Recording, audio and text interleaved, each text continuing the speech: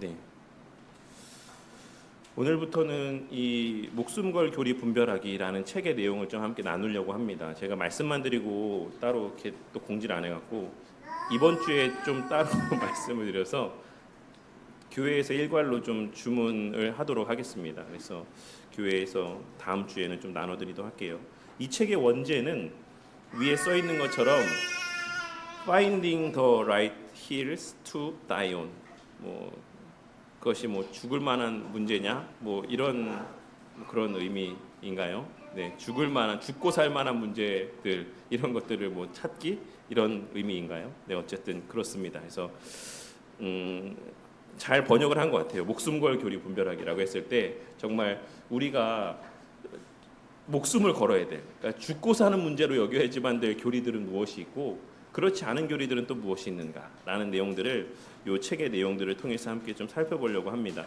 근데 기본적으로 그러면 이 책을 쓰신 개빈 오틀런드라는 목사님은 누구신가라고 생각해봤을 때 먼저 그걸 좀 살펴보고자 하면 서문을 쓰신 D.A. 카슨 목사님도 그렇고 개빈 오틀런드 목사님도 그렇고 기본적으로 다 침례교 바탕에 있는 목사님들입니다. 그래서 교회론이나 성례론 이런 부분에 있어서 좀 우리가 완전하게 수용할 수 없는 부분들이 있죠. 언약의 이해에 대한 부분들 이런 부분들이 우리가 좀 이해하기 좀 동의하기 어려운 부분들이 있는 것은 맞습니다. 근데 이제 그 부분들이 그러면 목숨 걸 교리냐라고 했을 때 이 책의 내용들을 보면 그러니까 목숨 걸 교리까지는 아닌 겁니다. 그러니까 이제 이 책의 내용들을 보면서 3단계 혹은 4단계로 분류를 하는데 기독교냐 아니냐라고 규정짓는 2단이냐 2단이 아니냐를 규정짓는 핵심 교리들이 있습니다.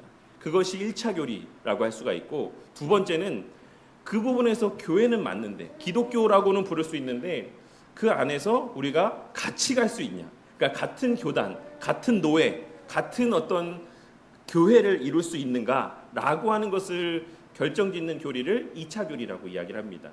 그래서 이 2차 교리에는 성례에 대한 이해의 차이, 언약에 대한 이해의 차이 이런 것들이 가장 중심에 자리할 수 있죠. 그래서 개빈 오틀런드 목사님하고 D.A. 카슨 목사님과 우리는 같은 교단을 이룰 수는 없다. 언약의 차이가 있기 때문에 언약에 대한 이해가 차이가 있고 성례에 대한 이해의 차이가 있기 때문에 하지만 우리는 다 기독교 안에 범주 가운데 포함되어지는 이제 이들이라고 할 수 있죠.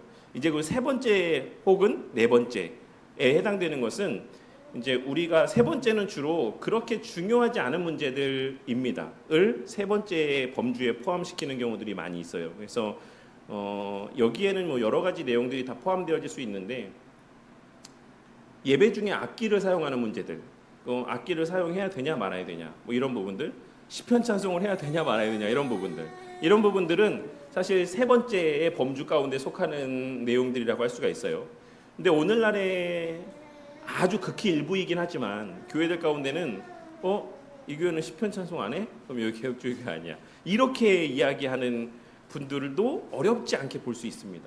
이런 분들은 이 우선순위를 분별함에 있어서의 어떤 그것들이 좀 좀 엄격하다라고 할 수 있죠. 그래서 이 책에서도 개빈 오틀런드 목사님이 그런 얘기들을 써놓고 있는데 뭐냐면 근본주의자들에게는 다투지 않을 교리가 없고 자유주의자들에게는 다툼이 될 만한 교리가 없다. 이런 말이 있다라고 합니다. 유명한 격언과도 같은 말이라고 하는데, 그러니까 우리는 어떤 면에서 보면은 후자라기보다는 전자에 속하는 경우들이 많죠. 우리에게는 다툼이 되지 않는 교리가 없을 정도로 아주 엄밀한 부분에서까지 우리랑 다 같은 견해를 갖고 있어야 이 사람들은 바른 신앙을 갖고 있고 바른 신학을 갖고 있어라고 이렇게 이야기하는 경우들이 있죠. 하지만 이제 그렇지 않다라는 것들을 이제 얘기하고 있는 것이고, 이제 마지막 넷째에 해당되는 부분들 같은 경우는 아직 우리 가운데 완전하게 그 답이 내려지지 않은 문제들이 있습니다.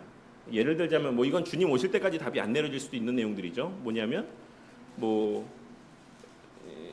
주님의 이제 그 천년왕국과 관련된 견해들 이런 것들은 사실 다양한 견해들이 있기 때문에 더 연구들이 필요하고 어떤 견해를 지지하든지 간에 그것이 다 잘못됐다라고 이야기하기는 어려운, 물론 이제 세대주의적 견해들은 우리가 주의해야 되긴 하겠지만 어쨌든 그런 부분에 있는 내용들은 좀 3번째나 혹은 4번째의 분류에 속하는 내용들이다라고 이제 볼 수 있습니다. 그래서 오늘 이 책을 쓰신 개빈 오틀란드라고 하는 목사님은 그 집안이 대대로 뭐 할아버지 때부터 다 목사님이라고 해요. 그리고 성도님들도 한 번쯤 들어보셨을지 모르겠는데 TGC라고 하는 팀 켈러 목사님하고 이 D.A. 카슨 목사님께서 주축이 돼서 만든 단체가 있습니다. 기독교 여러 가지 더 가스펠 C가 되게 콜리언이었나? 어쨌든 뭐 저는 잘 왜 어려운 단어를 쓰는지 모르겠는데 어쨌든 그런 복음 연합입니다. 이거 한국말로 번역하자면 그 복음 연합이라는 단체를 만들어서 거기에서 활동을 활발하게 하고 있는 또 했던 목사님이 개빈 오틀란드라는 목사님이고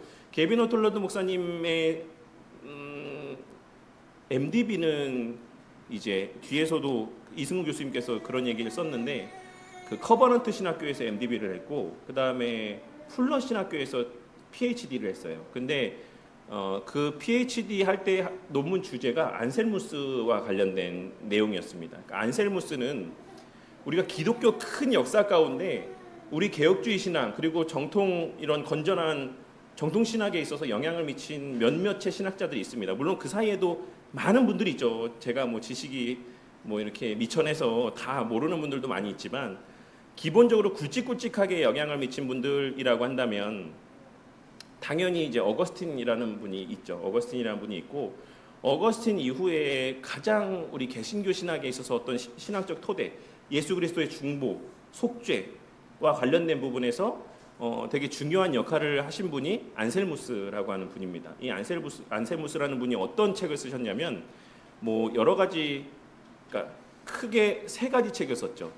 제일 처음에 썼던 책이 독백이라는 책입니다. 독백은 하나님에 대한 이해를 추구하는 책이었어요. 그러니까 혼자만의 사색 가운데 하나님은 어떤 분이신가라는 것들을 이제 사색의 내용들을 그 모놀로기안이라는 책으로 쓰셨고 그 다음에 이것을 좀 더 하나님께 묻는 방식으로 좀 더 발전된 방식 안에서 그러니까 기도문의 형식으로 하나님 저에게 하나님을 계시해 주십시오. 하나님을 알 수 있게 해 주십시오라는 마음을 담아서 성경을 연구하며 프로슬로기온이라는 책을 쓰셨어요. 이거는 이제 대화라는 의미의 표현입니다. 그래서 처음에 모놀로기온이라는 책이 가장 초판이고 그것이 좀 더 확장돼서 프로슬로기온이라는 책을 쓰셨어요. 근데 이 프로슬로기온이라는 책을 갖고 박사학위 논문을 받으신 분이 개빈 오틀런드 목사님입니다. 그래서 이 프로슬로기온이 다루고 있는 문제는 그러니까 나중에 이분이 이 내용들이 정확하게 영향을 그 사람한테 줬다, 그걸 계승했다 이렇게 볼 수는 없지만 누구에게 되게 많은 영향을 미쳤냐면 반틸에게 영향을 되게 많이 미쳤습니다. 그래서 개빈 오틀란드 목사님이 연구하신 그 프로슬로기온에서 안셀무스라는 분이 되게 강하게 주장하셨던 게 뭐냐면 믿음은 이해를 추구한다. 무슨 말인지 아시겠습니까? 믿음은 그냥 덮어놓고 믿는 게 아니라 믿음은 이성을 추구한다. 이해를 추구한다. 이것이 이 안셀무스라는 분이 강하게 강변했던 내용이에요. 그래서 우리가 하나님에 대한 믿음이 있으면 있을수록 우리는 그 하나님에 대해서 더 알고자 하고 체계적으로 그 하나님을 이해하고자 하는 마음이 우리 마음 가운데 들 수밖에 없어. 그러니 당시 시대 가운데 많은 사람들이 안셀무스 목사님께서 그런 말을 쓰셨던 이유는 뭐겠습니까? 당시의 사람들이 믿음은 덮어놓고 믿는 거야. 덮어놓고 그냥 말하는 대로 믿는 게 믿음이야 라고 하는 풍조들이 그 시대 가운데 많이 있었겠죠. 그래서 그거에 대해서 많은 사람들이 또 공격을 많이 했습니다. 그 당시에. 그래서 안셀무스라는 우리 믿음의 선배께서 아니 믿음은 그렇지 않아. 믿음은 이해를 추구하게 되어 있어. 계속해서 하나님에 대해서 알고자 하고 그것을 체계적으로 정리해가는 과정들이 이어지게 될 수밖에 없어 라고 하는 이야기들을 프로슬로기온이라는 책에서 언급을 하고 있습니다. 그래서 이런 내용들이 그리고 기본적으로 안셀무스라는 분 우리 믿음의 선배는 하나님이라는 그러니까 되게 변증적인 글입니다. 이 프로슬로기온이라는 책은 당시의 기독교를 공격하는 사람들을 향해서 비기독교인이나 유대인들을 향해서 이 기독교 우리가 믿는 바를 변호하고 변증하고 신존재를 변증하고 논증하는 책이에요. 프로슬로기온이라는 책은. 그래서 그런 맥락에서 후대에 이제 반틸 뭐 바빙크도 그렇고 반틸도 그렇고 많은 이 안셀무스라는 분의 영향을 많이 받았습니다. 그래서 기본적으로 이 내용을 보시면 게빈 오틀런드라는 목사님이 어디에 많은 관심이 있는가를 알 수 있죠. 중세 신학자에 대해서 관심이 되게 많이 있고, 그리고 변증에 대한 관심이 많이 있어요. 그래서 이 게빈 오틀런드 목사님은 되게 변증적인 사역을 되게 많이 합니다. 그래서 주로 청소년층에 대한 그들이 궁금해하는 거, 신이 있는가 없는가 이런 부분들에 대한 것들의 질문에 본인 자체가 운영하는 어떤 사이트인가 뭐 그 단체가 있다라고 하더라고요. 거기서 이제 그런 사역들, 변증하는 사역들을 많이 하신다라고 합니다. 근데 요는 그분이 그런 변증 사역을 함에 있어서 되게 온화하고 되게 유한 태도를 취한다라고 알려져 있습니다. 그러니까 그런 내용들이 사실 요 책의 내용들과도 비슷하고 유사하고, 기본적으로 안셀무스라는 분 자체가 되게 유하고 온건한 측면에서의 변증을 이렇게 나타내 보인 그 책에서 이제 그런 분입니다. 그래서 우리가 우리의 믿는 바에 대한 것은 선명하게 드러내되 언제나 그것을 드러내는 방식은 되게 온유하고 그리스도인다운 모습으로, 그리고 언제나 스테반 선생님이 그러셨던 것처럼 그 이면에는 그리스도의 마음으로, 포용적인 마음으로 우리가 변증, 우리가 아는 바를 드러내고 증거하고 하는 바가 그리스도인의 합당한 모습이다라는 사실을 되게 강조한다라고 할 수가 있습니다. 그래서 어쨌든 안셀무스 다음에는 뭐 토마스 아퀴나스라는 분도 다른 측면에서 기독교 신학이 정립되는 데 있어서 많은 영향을 미쳤고, 뭐 그 이후에는 뭐 우리가 잘 아는 것처럼 뭐 칼빈이나 루터나 또 뭐 고마루스 이런 분들도 우리의 개혁파 안에서의 되게 영향을 많이 미친, 신학이 형성되는 데 있어서 많은 영향을 미친 분들이라고 할 수가 있습니다. 그 가운데 이제 게빈 오틀런드 목사님은 이 안셀무스라는 분의 전문가로 불려져 있는 분이고, 안셀무스라고 하는 분은 기독교 변증과 기독교 변증의 가장 기초를 놓았던 분이라고 볼 수 있고, 또 한 측면에서는 제가 이제 모놀로기온과 프로슬로기온 이 두 책이 그 목사님 책이었다고 했잖아요. 왜 하나님은 인간이 되셔야만 했는가? 제가 책 제목을 정확히 기억하고 있나 모르겠네요. 네, 왜 하나님이 사람이 되셨는가? 이 책을 쓰셨어요. 그러니까 대표적인 안셀무스의 저작 두 개는 프로슬로기온과 왜 하나님이 사람이 되셨는가, 이 두 개입니다. 그래서 중보론과 그 속죄론에 있어서 이 안셀무스라고 하는 분이 영향을 미친 분이 아주 많습니다. 그 가운데 특별히 우르시누스 목사님한테 영향을 되게 많이 미쳤어요. 하이데베르크 요리분답의 앞부분에 있는 내용들은 거의 대부분 이 안셀무스 선생님께서 쓰신 왜 하나님이 사람이 되셨는가라고 해서 다루는 속죄론과 그리스도의 중보론에 대한 내용들을 거의 그대로 인용하고 있다라고 보셔도 무방할 만큼 우르시누스 목사님에게 많은 영향을 미친 학자가 또한 안셀무스라는 학자입니다. 그래서 그런 내용들을 좀 상식적으로 우리가 기억하고, 오늘 요 목숨과 결의 분별하기 중에서 앞부분 내용만 좀 함께 좀 보도록 할게요. 뭐 여러분이 되게 추천사를 엄청 쓰셨더라고요. 뭐 이렇게 저는 사실 개인적으로 개혁된 실천사 책을 되게 좋아하거든요. 책들이 되게 좀 좋은 책이 많이 있는 것 같은데, 여기서 뭐 신호섭 교수님도 추천사를 쓰셨고, 이승훈 교수님도 쓰셨고, 뭐 브라이언 채플 목사님도 쓰셨고, 뭐 그런 것 같습니다. 그 가운데 뭐 그래도 가장 개인적으로 친분이 있는 신호섭 교수님이나 이승훈 교수님 추천사를 보면, 이승훈 교수님 추천사를 보면 거기에 이제 그런 내용, 여기에 복사해드리진 않았습니다. 제가 그 내용만 좀 읽어드리자면 3장을 읽어보면 왜 커버넌트 신학교를 나오고 플러 신학교에서 올리버 크리스의 지도의 하에 안셀무스에 대한 연구를 한 안셀무스 전문가라고 할 수 있는 게빈 오틀런드가 이 문제를 갖고 실험했는지를 실존적으로 잘 알 수 있게 될 것이다 라고 말씀하면서, 우리는 기본적으로 이러한 목숨 걸 교리, 1순위 교리가 무엇인가를 찾기 위해서 좀 애를 쓰는 것이 마땅하다, 그리스도인으로서. 네. 이승 교수님은 좀 그런 거에 대해서 되게 민감하신 것 같아요. 이제 교리적인 부분에서 되게 엄밀합니다. 물론 당연히 주일 신학자니까 그럴 수도 있는데, 그래서 이제 제가 신학교에서 수업을 들어보면 정말 아주 이렇게 엄밀하게, 아주 좁아요. 우리 이승 교수님과 같은 딱 신학의 라인에 서 있는 분은 아주 좁습니다. 근데 뭐 그렇다고 해서 막 그것이 이승 교수님 배타적이고 뭐 이런다라는 건 아니지만, 이승 교수님은 그래서 되게 그 서부 웨스트민스터 신학교에서도 되게 거리감을 둡니다. 그래서 아예 저분들은 그냥 아예 약간 다른 결의 신학이야, 이렇게 말씀을 종종 많이 하시죠. 그러니까 이거는 이승 교수님이 추구하는 어떤 그 삶과도 되게 밀접한 관련이 있는 것 같아요. 그래서 이분들은 이제 이승 교수님이 추구하는 어떤 삶과 약간은 좀 충돌되어지는 지점들이 많이 있다라고 이승 교수님 생각하시는 것 같습니다. 뭐 어쨌든 뭐 대학자시니까 뭐 제가 뭐 그래서 옳다 그르다 이렇게 좀 얘기하기가 좀 그렇지만 어쨌든 네 그래서 되게 엄밀하시다. 1번에 그러니까 세 가지 1순위 교리를 찾는 데 있어서 기준점을 잡는 세 가지의 것을 이승 교수님 말하고 싶다라고 이 책에서 이야기하더라고요. 첫째는 뭐냐면 사도신경의 내용을 참으로 성경적으로 믿는가. 이것이 1순위 교리에 해당되는 내용이다. 사도신경에 고백되어져 있는 것. 뭐 이거에 대해서는 이견이 없을 거라고 생각합니다. 두 번째, 이신칭의 교리를 개혁자들이 말한 의미대로 믿는가. 이것이 또 우리가 1순위 교리 가운데 포함되어져야 될 하나의 중요한 기준이라고 생각한다. 라고 이제 이야기하고 있고 마지막 셋째로는 성경의 무엇성에 대해서 정말로 성경은 하나님 말씀으로 믿는가라고 하는 것.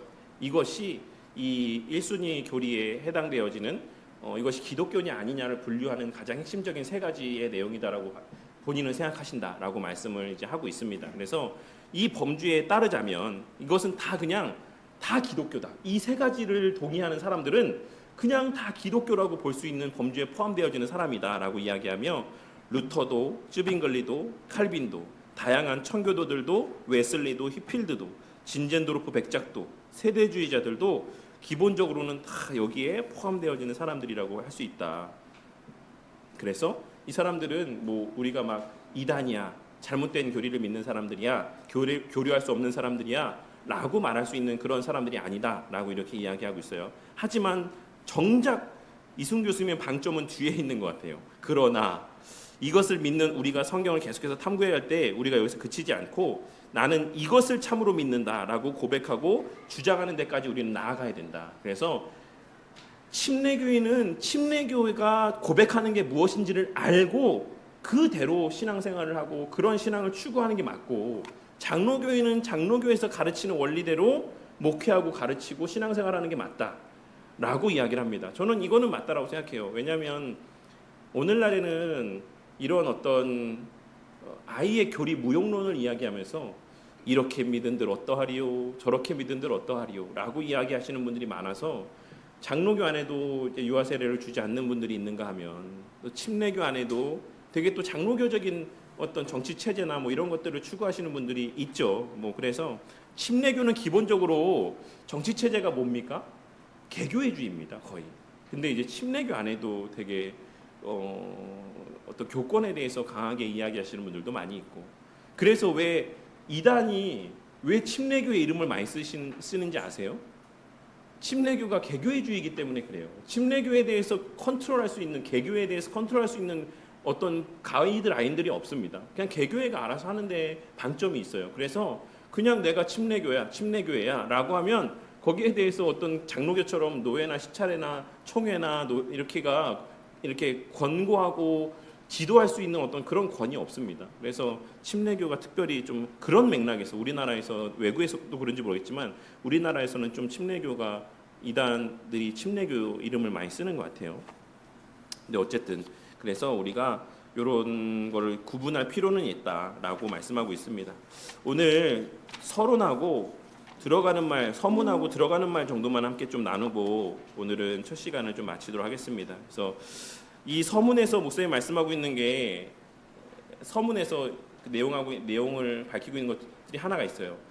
자기가 아는 두 목사님의 예시를 들고 있습니다. 두 목사님이 있었는데 이 서문은 이제 카슨 목사님이 쓰신 겁니다. 게빈 노틀런드 목사님이 쓰신 게 아니고 D.A. 카슨 목사님은 똑같이 침례교 목사님이고 되게 신약학에서 되게 유명한 그리고 권위자로 알려져 있는 신약학에서 되게 권위자로 알려져 있는 교수님입니다. 그래서 예전에 제가 아는 목사님이 D.A. 카슨 목사님하고 개인적으로 친분이 있는 목사님이 있었는데 네, 어쨌든 되게 좋은 분이라고 하더라고요.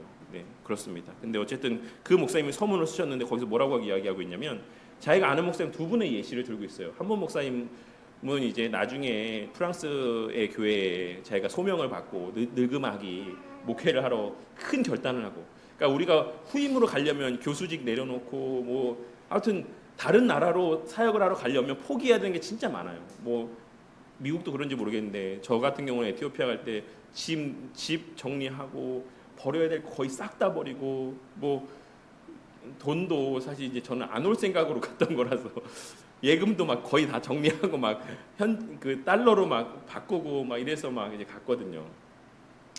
근데 어쨌든 그냥 다시 들어오긴 했지만 가고 오는 과정에서 되게 이런 여러 가지 면에서의 잃어버린 것들이 많았습니다.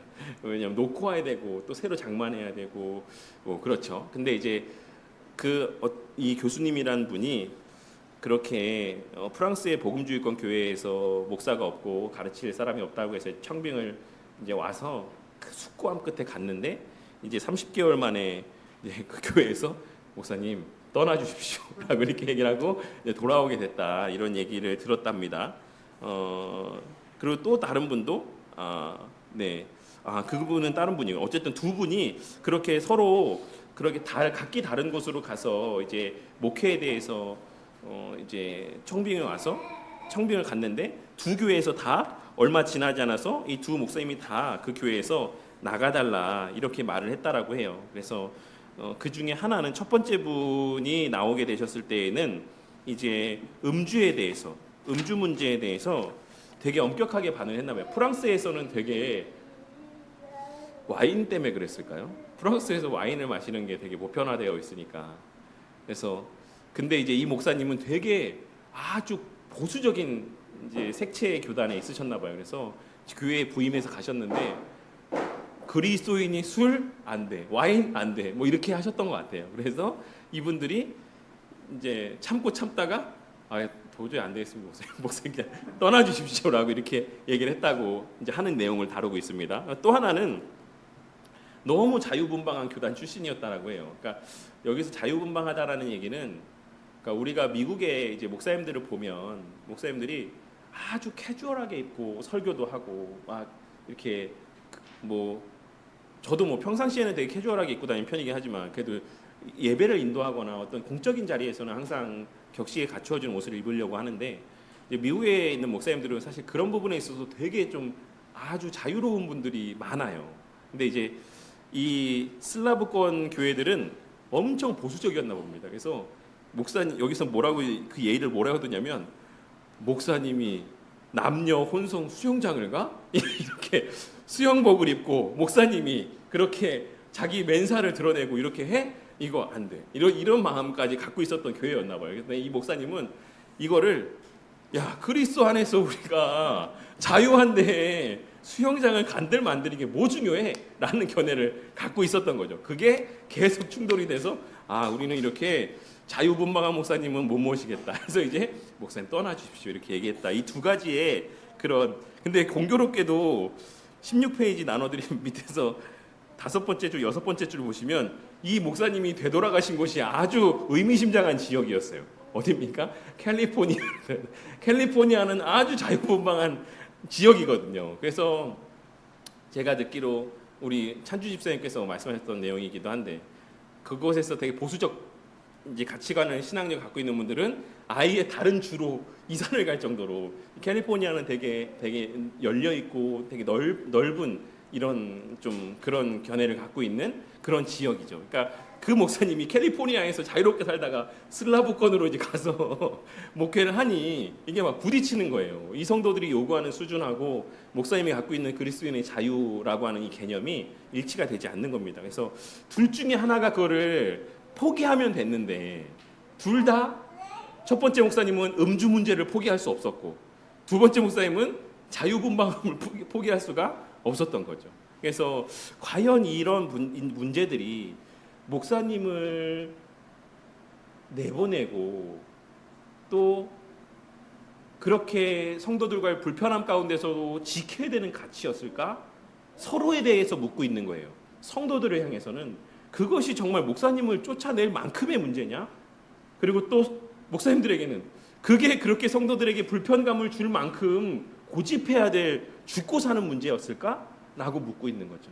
그래서 우리가 이런 부분에 대해서 어느 정도의 그 기준점들을 잡고 있지 않으면 그러니까 여기서 이렇게 이야기하고 있는 이 선별 작업은 엘버트 몰러라고 하는 교수님, 남침내 신학교의 총장을 역임하셨고 지금도 하시는지 모르겠는데, 엘버트 몰러라는 아마 지금도 총장이신 것 같아요. 왜냐하면 제가 최근에 뉴스를 봤거든요. 남침내교에서 그 신학교 총장이신데 어떤 걸 발표했냐면, 여성 안수 반대에 대해서 더 분명한 가이드라인을 내가 제시해야겠다, 이렇게 미국에서 발표를 하셔갖고 엄청난 또 공격을 많이 받아요. 지금도 남침내교에서 되게 보수적인데 여성 목사에 대해서 이제 알베르트 몰러 목사님 보시기에는 이 정도면 안 될 것 같아, 이 정도면 뚫릴 것 같아, 더 엄격하게 기준을 잡아야겠어라고 해갖고 우리 신학교에서는 그 기준을 제시하겠다, 이렇게 그 어떤 성명을 발표했든지 기자회견을 했든지 그래갖고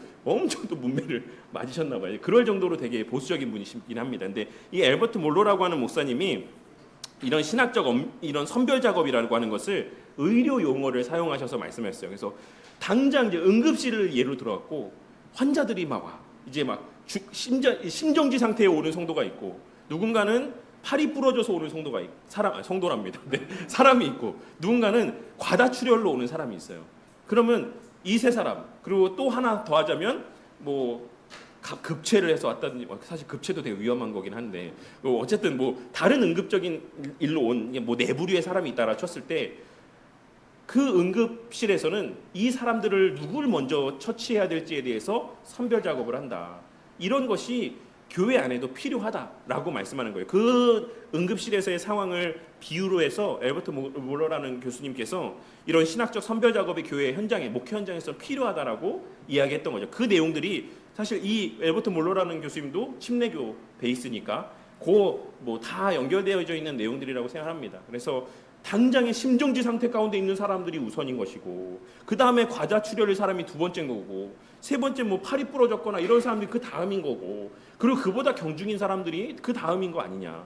이처럼 우리가 어떤 상태나 시급성에 따라서 그 우선순위를 분별할 수 있는 작업들이 목회 현장에서도 필요하다라고 말씀하면서, 그거를 1차, 2차, 3차 교리 혹은 1차, 2차, 3차, 4차의 분류로 이렇게 분류하고 있는 내용들을 우리가 이 내용들을 통해서 보게 됩니다. 그래서 1차 교리는 앞서도 말씀드렸던 것처럼 기독교냐 아니냐를 가름하는, 그리고 이단이냐 아니냐를 가늠하는 문제, 그리고 2차에 해당되는 문제는 같은 교회나 교단을 이룰 수 있냐 없냐, 여기서는 교회 정치도, 여성 안수의 문제도, 세례, 성례에 대한 이해도 여기에 다 포함되어질 수 있고, 그리고 은사가 지속되냐 은사가 지속되지 않냐, 이런 문제도 사실 기독교 안에는 포함되어지지만 같은 교단을 이룰 수는 없는 내용들이라고 할 수가 있어요. 그래서 우리가 순복음과는 같이 갈 수 없는 거죠. 그래서 근데 어떻게 이제 백석이 순복음과 통합을 추진했는지는 잘 모르겠지만, 그래도 이걸 감사하다고 해야 될지 안 감사하다라고 해야 될지 어쨌든 어그러졌습니다.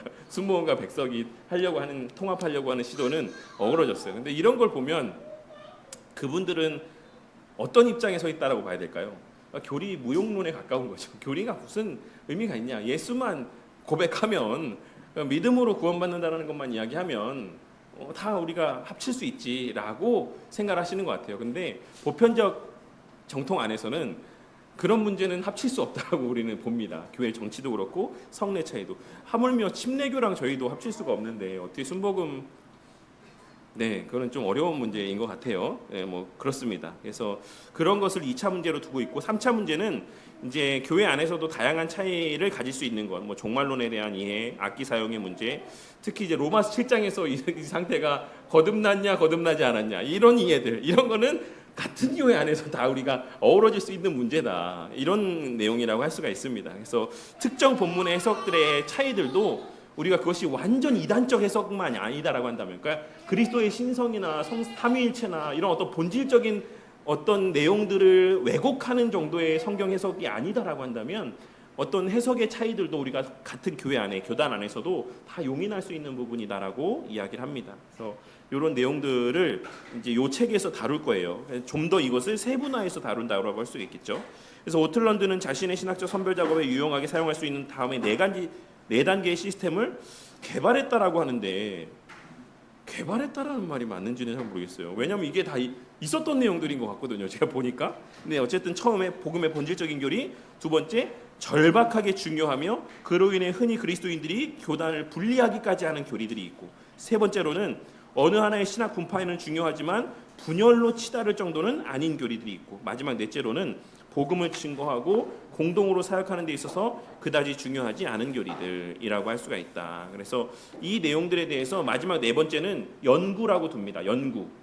질문해야 되는 질문의 영역 가운데 있는 부분을 네 번째로 두고 있어요. 그다지 중요하지 않은 교리.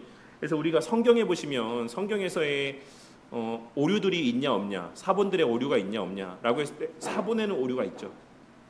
그러면 많은 사람들이 질문합니다. 사본에 오류가 있다라고 이야기하면, 그러면 어떻게 믿음의 차이가 있게 되는 거 아니야? 라고 이야기하지만, 우리가 사본학을 연구하면, 뭐 제가 사본학을 연구하지 않았지만 사본학을 연구하신 분들의 얘기를 들어보면 놀랍도록 일치됩니다. 놀랍도록 사본상의 차이들이 발견되어진 부분은 우리의 구원과 관계된 부분들이 아니고 그마저도 되게 사소한 부분에서의 차이들이 있을 뿐이지, 굵직하고 큰 범주 내에서는 놀랍도록 모든 사본들이 일치된 공통점들을 갖고 있어요.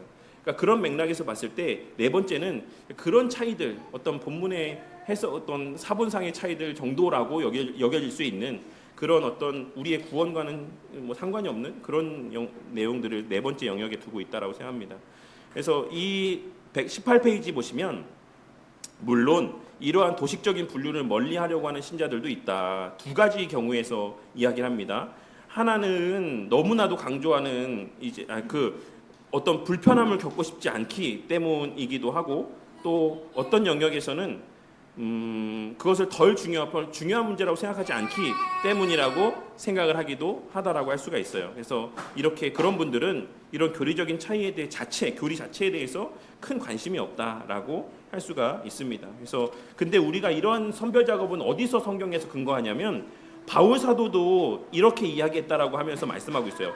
가장 중요한 것, 고린도전서 11장 3절에서의 정말 우리가 믿음의 본질에 속한 내용들에 대해서 바울 사도가 말씀하고 있는 내용들, 고린도전서에서 말씀하고 있는 이런 내용들이 있는가 하면, 로마서 14장에 언급되어져 있는 뭐 먹는 것이나 날들에 관한 문제나 이런 것처럼 바울 사도도 너무 중요한 것이 있고 이거 타협할 수 없는 게 있고, 그냥 이렇게 하고 싶은 사람은 이렇게 하고 저렇게 하고 싶은 사람은 저렇게 해도 돼라고 말하고 있는 부분들이 있어. 바울 사도도 이렇게 말씀하고 있는 거죠. 그래서 이 부분은 그냥 우리가 어떤 시공간을 초월해서 그냥 역사 가운데 뚝 떨어진 어떤 그러한 불필요한 작업이 아니라, 바울 사도도 서신서 안에서 이러한 신학적 선별 어떤 작업들, 우위를 가르는 어떤 그런 모습들이 바울 사도의 모습 가운데도 있어라고 말씀하고 있는 겁니다. 그래서 본서의 목표는 이러한 질문들에 대해서 분명하게 사고하는 방법을 정립하고자 하는 것이 이 책의 문제다, 요지다라고 말씀을 하고 있습니다. 그래서 부끄러울 것이 없는 일꾼으로서 성경을 겸손하고 주의 깊고 신실하고 지혜롭게 읽고 사용하는 훈련을 하고 싶다면 이 책을 읽고 생각하기를 바랍니다 라고 이렇게 이야기하고 있습니다. 그래서 D.A. 카스 목사님은 앞서도 말씀드렸던 것처럼 팀 켈러 목사님하고 함께 TGC에서 되게 많은 영향을 미쳤던 분입니다. 들어가는 말 보고 오늘은 좀 마치도록 할게요. 지금 말씀드렸던 내용들을 거의 그대로 이야기하고 있는데, 게빈 오틀런드 목사님이 그런 얘기를 하고 있죠. 근본주의자들에게는 다툼이 없는 교리가 없고 자유주의자들에게는 다툼이 날 교리가 없다라고 이렇게 하는 말들이 이제 미국에서인지 어딘지 되게 뭐 그렇다는 것 같아요. 되게 흔하게 통용되어지는 격언이라고 이야기를 합니다. 그래서 양극단 다 배제한다. 우리는 양극단을 다 수용할 수 없다. 모든 교리에 다 다툼해야 된다. 이렇게도 말하지 않고 어떤 교리든지 다 그냥 수용할 수 있다라고도 말하지 않는다라고 이야기하고 있습니다. 다음 페이지에 보시면 이 용어는 앞서도 말씀드렸던 것처럼 엘버트 몰러라고 하는 교수님께서 도입하신 개념이라고 할 수가 있습니다. 근데 이제 이 개념들을 밑에 그 다음 페이지에 보시면 에릭 토엔즈라고 하는 분이 이것을 좀 더 이렇게 세밀하게 좀 해놓고 있어요. 각주의 내용 가운데 그 내용이 언급이 되어져 있습니다. 근데 어쨌든 이런 선별 작업이 필요한 이유는 첫째로 두 가지 전제가 있죠. 교리의 중요도는 각각 다르다라는 전제가 있고, 둘째로는 급박한 필요가 있다. 선별 작업은. 그래서 우리가 더 어떤 누군가의 신앙을 봤을 때, 예를 들어서 이제 목사에게도 많이 적용되어지는 부분이긴 하지만 성도님들에게도 주변 사람들에게 적용될 때 적용할 수 있죠. 예를 들어서 똑같이 친구가 있어요. 친구가 있는데 한 친구는 좀 뭔가 신앙이 약간 기복주의적이야. 그런 신앙을 갖고 있는 친구가 있어요. 그리고 또 한 친구는 지금 신천지에 막 넘어갈랑 말랑해. 그럼 이 두 사람 중에서 누구를 먼저 만나야 됩니까? 신천지에 넘어가려고 말랑한 사람은 더 만나야죠. 그래서 그 신천지가 왜 잘못된 교리인가를 체계적으로 설명해서 거기에 넘어가지 않도록 끄집어내는 게 우선이죠. 그러니까 그런 것처럼 우리가 처하는 상황 가운데는 우리가 어떤 것이 더 중요하고 우선인가를 구별하지 못하면 좀 덜 중요한 것, 그렇게 믿어도 괜찮은 부분이 있는데도 더 중요한 문제에 대해서 오해를 갖고 있는 사람을 내비두고 덜 중요한 문제를 갖고 있는 그런 사람을 만나서 설득하고 그 사람들에게 바른 복음을 전하려고 애쓰는 모습을 보일 수 있다라는 겁니다. 둘 다 의미 있죠. 가치 있죠. 하지만 분명히 우선순위 되는 교리들이 있고 우선순위 되는 잘못들이 있다. 그래서 우리가 그런 것들을 알아야지만 우리의 복음을 전하는 현장에서 누구에게 먼저 복음을 전해야 될까라고 하는 것들도 개인적으로 얻게 되는 어떤 것을 알게 되는 유익들을 누릴 수 있다라고 할 수 있습니다.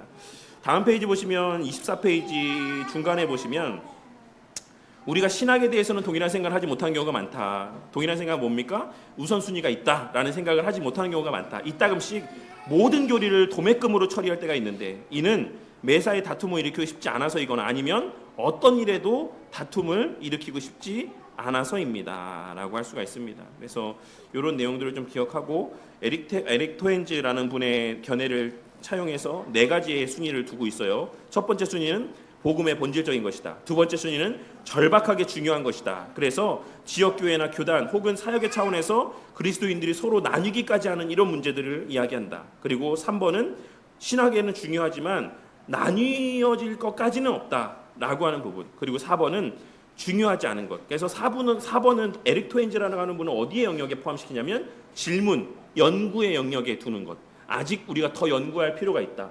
우리가 더 속단하기에 이르다라고 하는 어떤 문제들이 있다라고 이야기하고 있는 것입니다. 그래서 지금 이 책에서 개빈 오트런드 목사님이 가장 고심했던 내용들은 뭐냐면 2순위와 3순위예요. 그러니까 1순위에 대해서는 사실 기독교 역사 가운데 크게 이견이 없습니다. 무엇이 본질적인 교리냐에 대해서는 사실 우리가 고백하는 신앙 고백이나 사도신경이나 표준 문서들 가운데 거의 나와 있는 내용들, 하이데베르크, 도르트, 벨직, 이런 내용들, 그리고 웨스트민스터 신앙 고백서나 사도신경, 그 외에 고대 신조들, 아타나시우스 신조나 니케아 신경이나 이런 내용들을 통해서 사실 우리가 믿음에 있어서 본질이라고 이야기하는 것들은 거의 공통적으로 다 동의되어지는 바예요. 근데 중요한 건 2순위와 3순위를 구별하는 경계입니다. 무엇을 2순위에 놓고 무엇을 3순위에 놓을까에 대해서는 사실 신학자들마다 교단마다 사람들마다도 좀 견해의 차이가 있다라고 할 수가 있죠. 그래서 이 책에서는 그 문제가 사실 가장 좀 민감한 부분이 아닌가라는 생각을 합니다.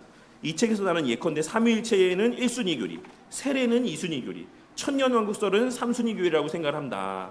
그러니까 이거는 아주 명확한 것들만, 이견의 여지가 없는 것들만 얘기한 겁니다. 근데 이제 실제로 2순위가 3순위와 두는 영역의 그 접점에는 아주 애매한 영역의 내용들도 있긴 해요. 그리고 이제 4순위에 해당되는 것들은 아디아포라의 영역에 속한 거라고 이야기를 합니다. 그래서 명하지도 금하지도 않은 행위를 이제 아디아포라의 영역에 속한 것이다라고 이야기를 하고 있는데, 인식론적인 측면, 기독교적 세계관 측면에서는 아디아포라에 속하는 문제가 있습니까? 없습니까? 없습니다. 인식론적인 측면에서는 아디아포라에 속한 영역이 없어요. 뭐든지 우리는 그것을 선한 의도로 사용하든 악한 의도로 사용하든 그 마음의 본성에 따라서 사용을 하기 마련이고 판단하기 마련이고 바라보기 마련이기 때문에 우리가 어떤 신학적인 어떤 하나의 객관적인 실체, 대상, 이거를 놓을 때는 그것을 아디아포라의 영역에 둘 수 있지만, 그것이 실제로 우리의 삶에 관계를 맺게 될 때에는 아디아포라의 영역에 속하는 문제는 없습니다. 무슨 말인지 아시겠어요? 그러니까 선하지도 악하지도 않은 것들이 있을 수 있어요. 객관적으로. 예를 들자면 뭘 이야기할 수 있을까요? 그러니까 술 마시는 문제? 음주운전도 그런 영역에 속하는 문제일 수 있죠. 근데 그 행위 자체는 선과 악을 판단할 수 없는 영역에 있지만, 그것을 마실 때에 어떤 마음과 목적 가운데 그것을 행하느냐가 반드시 결부되어질 수밖에 없다라는 겁니다. 그렇게 되면 이제 그거는 아디아포라에 속한 영역의 문제입니까? 아니죠.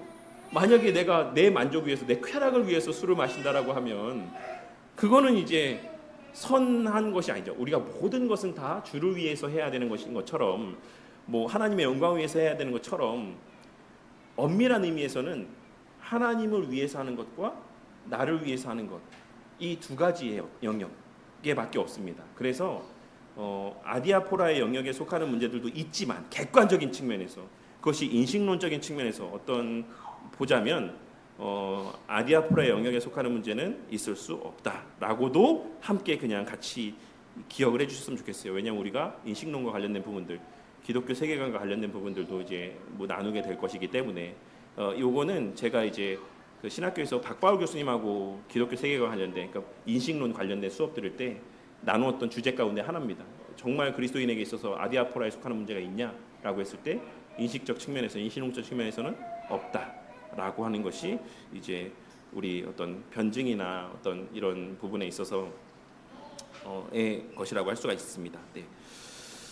물론 모든 것이 이 네 가지 범주에 깔끔하게 딱 들어맞지는 않을 것이다라고 할 수가 있습니다. 그래서 본인도 그 얘기를 하고 있는 거죠. 그래서 하지만 최소한 이것이 기본적인 뼈대의 역할을 할 수 있으며, 그 위에서 우리는 필요에 따라 보다 구체적인 내용과 미묘한 차이점들을 더 만들어갈 수 있습니다. 그래서 그 실질적인 예시들에 대해서 이제 가상 시나리오로 이야기하고 있는 부분만 보고 마치도록 할게요. 1번, 지역교회에 부임한 교역자입니다. 그런데 찬송에 당신이 거리낌 없는 가사가 포함되어 있다. 당신은 이것을 어떻게 받아들일 것인가? 이거는 제가 되게 에티오피아에 있을 때 되게 생각이 되게 많이 났어요. 에티오피아에 갔는데 너무 다른 거예요. 신앙과 신학들이 너무 다른 거예요. 더더군다나 거기에 있는 분들은 다 내노라 하시는 분들, 나름대로 세상에서 다 뭐 공부 꽤나 하신 분들, 가방끈이 거의 긴 분들이 진짜 많았거든요. 대사관 직원들도 있고, 뭐 진짜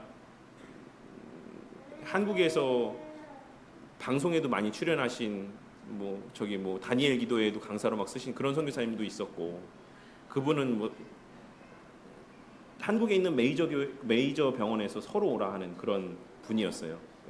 소아 장기 이식 분야의 전공의였거든요. 근데 우리나라에서 소아 장기 이식을 전문으로 하는 의사가 없다라고 하더라고요. 그래서 그분이 막 서로 삼성, 아산, 뭐 세브란스 뭐 이런 데서 서로 막 오라 하는 뭐 그런 의사인 분도 있었고, 근데 이분들이 너무 신앙이 다릅니다. 너무, 그러니까 대부분 그런 분들은 왜 그런지 모르겠는데 공교롭게도 다들 온누리교회 아니면 사랑의 교회 이런 출신들이더라고요. 그래서 되게 그냥 내가 믿고 싶은 대로 나름의 선별 작업을 하시더라고요. 각자 개인적인 선별 작업. 그래서 모든 신학 중에서 자기가 취하고 싶은 것만 취합니다. 그래서 장로교 베이스에 있으면서도 자기 자식 유아세례 주지 않고, 또 다른 부분에서도 뭐 여기서 이게 맞는 것 같으면 그거 갖고 오고, 여기서 이게 맞는 것 같으면 그거 갖고 오고 해서 자기만의 그 컬렉트한 신학 정리된 내용들이 있어요.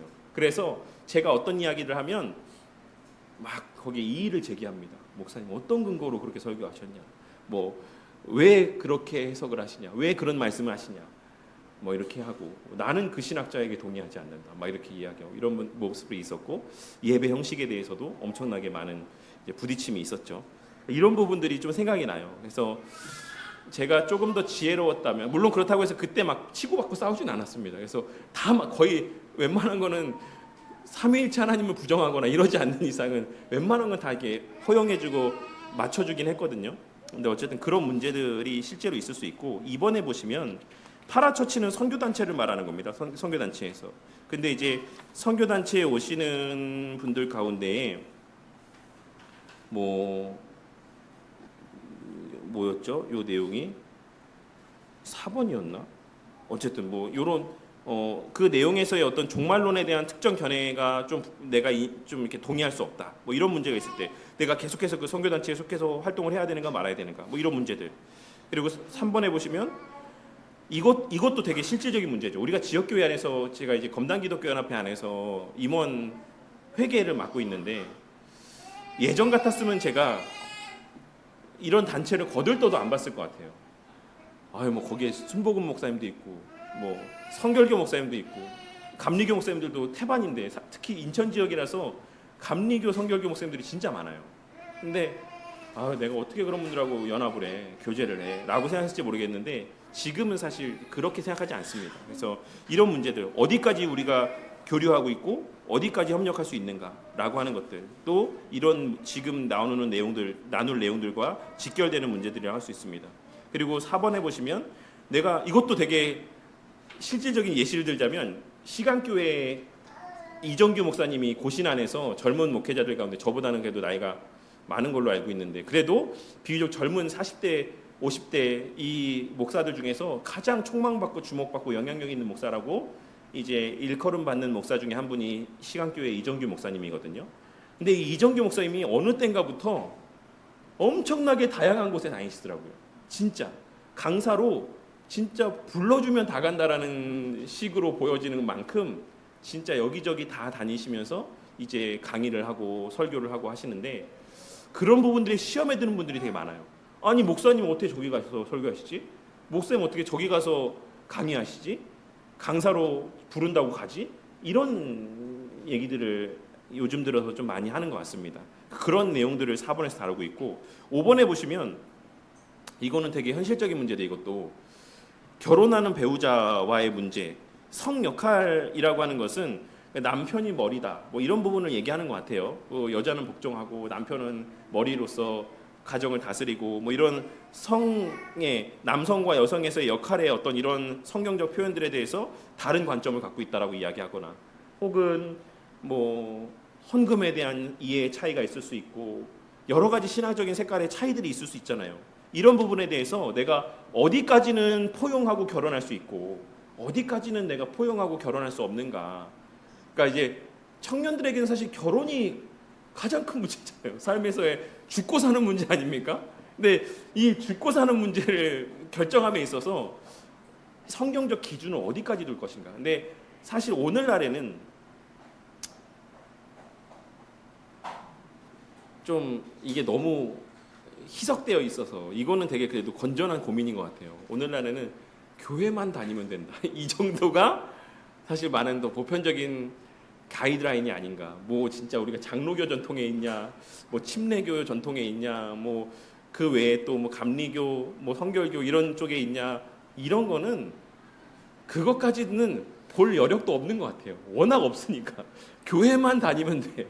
이런 정도. 심지어는 교회도 안 다녀도 돼. 만나서 결혼해서 교회 다니면 돼. 이렇게까지 생각하는 경우들도 많이 있는데 사실 우리는 그 부분이 얼마나 우리의 삶에서 또 중요한 영향을 미치는가라는 것도 좀 생각해 볼 필요가 있죠. 그래서 그런 것들 우리의 실제 삶에서 자녀들을 지도할 때, 자녀들을 양육할 때도 자녀들의 결혼 문제에 있어서 어디까지를 우리가 용인해주고 어디까지는 안 된다라고 이야기하는 부분, 해야 되는 부분들인지, 또 우리가 교회적 목회 가운데 어디까지 협력할 수 있고 어디까지는 협력할 수 없는 부분인지, 이런 부분들에 대해서 실질적인 유익을 주는 어떤 내용들을 다루고 있다라고 할 수가 있습니다. 그래서 요 내용들 나머지 부분들은 한번 쭉 읽어보시면 되겠고, 다음 페이지에 보시면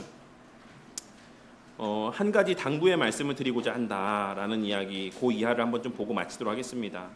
일단 이 목사님은 본인은 침례교 베이스 가운데 있긴 하지만 위에서 6번째 줄에 보시면 나는 이 책에서 사용하는 자료를 개혁파 전통에서 거의 대부분 갖고 왔다 이렇게 말씀하고 있습니다. 그래서 제가 장로교 안에 있기 때문이 아니라, 그리고 개혁주의 신학을 추구하고 있기 때문이 아니라 개혁주의 신학이 가장 성경의 요지 가르침들을 가장 잘 드러내고 설명해 준다라고 저는 생각을 합니다. 그래서 어쨌든 침례교 목사님인데도, 그러니까 침례교는 몇 가지 차이들이 있긴 하지만 대부분 또 되게 건전하고 보수적이에요. 그래서 일치되는 점들이 많습니다. 그래서 개혁파 전통 가운데서 이 책의 내용들을 썼다라는 것을 좀 기억하시고, 밑에 이제 한 가지 당부의 말씀을 드리고자 한다.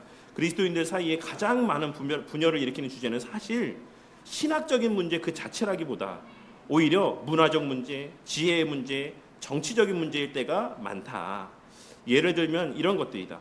그리스도인의 자녀를 공립학교에 보낼 것인가, 사립학교에 보낼 것인가, 혹은 홈스쿨링을 할 것인가, 이 중에서 무엇을 택해야 되는가, 이런 문제에 대해서 씨름하는 경우들이 많고 견해의 차이로 달리하는 경우들이 많다. 그리스도인은 그것이 가능하다면 어떤 상황에서 수렴할 수 있는가, 혹시 현재 일어나고 있는 정치나 문화적 현상에 대해서 언급을 한다면 교회 예배 중에는 언제 그리고 어떻게 해야 되는가, 이런 문제들, 이런 것들은 다 중요한 문제이지만 이 책에서는 신학적인 문제에 한정해서 초점을 맞추고자 한다. 그래서 이런 부분의 문제는 사실 본질적으로 교회냐 교회가 아니냐, 이단이냐 이단이 아니냐라는 문제에 사실 해당되어지는 문제가 아니다라고 말씀하고 있는 거예요. 우회적으로. 그래서 처음 두 장에는 두 가지의 정반대 오류에 대해서 극치, 극소, 극대, 극소 이런 부분에 대해서 다루고, 그 다음에 이제 3장에서는 그 고민에 대해서 내가 왜 이런 고민들을 했는가에 대해서 아까 이승훈 교수님께서 말씀하고 있는 내용들을 다루고 있고, 4장에서부터 6장까지는 몇 가지 특정한 교리에 대해서 신학적인 선별 작업을 실제적으로 적용해보는 예시들을 제공해 줄 텐데, 이는 내 견해를 따라오라는 것을 이야기하고 있는 게 아니라 이러한 관점에서 우리 모두가 신학 교리의 우선순위를 숙고해보는 시간들을 가졌으면 좋겠다라는 의미에서 4장에서 6장까지 예시들을 제공하고 있는 것이다 라고 설명하고 있습니다. 그래서 자, 이제 앞으로 이런 내용들을 갖고 우리 교회가 또 앞으로도 또 많은 여러 가지 교리적인 내용들, 우리가 믿는 바에 대해서 함께 나눌 텐데, 그 가운데 우리의 마음 가운데 그런 우선순위의 선별 작업들이 각자에게 있었으면 좋겠습니다. 그래서 직장에서 여러 부류의 사람들을 만나잖아요. 특히 회사에서 신우회라는 것이 있으면 그 안에서도 많은 그리스도인들을 만나게 되고, 또 그 외에 사업장을 운영하면서도 고객 가운데 교회를 다닌다고 하는데도 여러 부류의 사람들을 만나기도 하고, 그렇게 우리가 교제하게 되는 부분들 속에서 우리가 그 사람들과의 관계를 어떻게 설정해야 될까라는 데 있어서 이런 내용들이 좀 많은 유익이 되었으면 좋겠습니다. 참고로 한 가지만 더 말씀드리자면, 저는 그 선교 단체나 선교지에서, 선교 소식지에서 이제 콥틱 교회, 이집트 콥틱 교회가 무슬림들에 의해서 이렇게 그 폭탄 테러 당하는 경우들이 꽤 있었어요. 지금도 여전히 그런지 모르겠는데, 근데 사실 이집트의 콥틱 교회는 에티오피아 정교회의 뿌리가 되는 교회입니다. 그래서 큰 틀에서 모든 가르침이 정교회적 가르침을 이야기하거든요. 그래서 제가 그런 의문이 들었어요.